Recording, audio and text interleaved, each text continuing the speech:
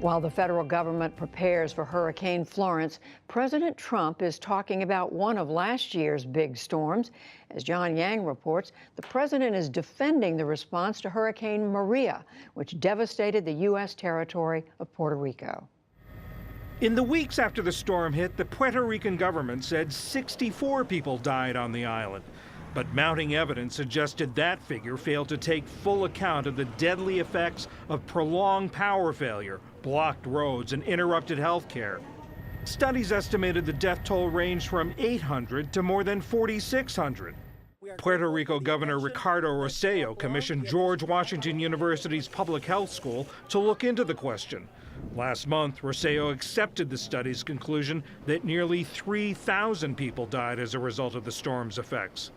Today, President Trump said 3,000 people did not die in the two hurricanes that hit Puerto Rico. When I left the island after the storm had hit, they had anywhere from 6 to 18 deaths. In fact, when Air Force One left Puerto Rico, the death toll stood at 45. Mr. Trump said the higher estimates were done by the Democrats in order to make me look as bad as possible. If a person died for any reason, like old age, just add them onto the list. Republican response was largely muted. One exception, Florida Governor Rick Scott, a candidate for the U.S. Senate, who said, "I disagree with POTUS. An independent study said thousands were lost."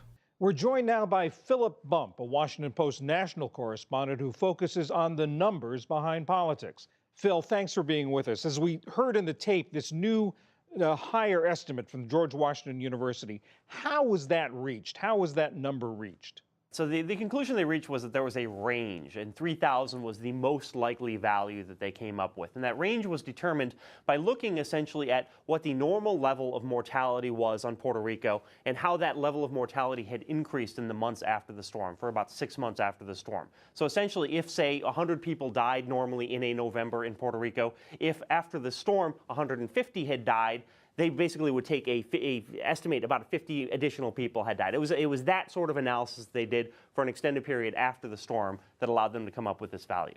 And I should say that George Washington University's School of Public Health put out a statement that said, "We stand by the science underlying our study. We are confident that the number, 2,975, is the most accurate and unbiased estimate of excess mortality to date." So this wasn't a list. They didn't go counting death certificates over this time. That's exactly right. And in fact, that probably wouldn't even have worked. One of the things, I spoke with researchers from the University of Delaware's Disaster Recovery Center last year in anticipation that this might become a problem. And the thing that was pointed out to me is that most of these causes of death, if, for example, someone has diabetes and their insulin that needs to be kept refrigerated, they can't keep it refrigerated because they lose electricity because of the storm and unfortunately die as a result of that, the cause of death that's listed on their death certificate is not going to be they died as a result of Hurricane Maria. It's going to be that they died because of diabetes. And so all of the causes of death that would be listed on those death certificates anyway might not necessarily reflect the true reason that they died at the point that they did, which was the after effects of the storm. So 2 points coming out of that. Number one is that when the president said that they just added people onto the list, there was no list. That's exactly right. That was just political rhetoric. And secondly, you've written a lot about the complexities of reaching death tolls, figuring out death tolls after natural disasters.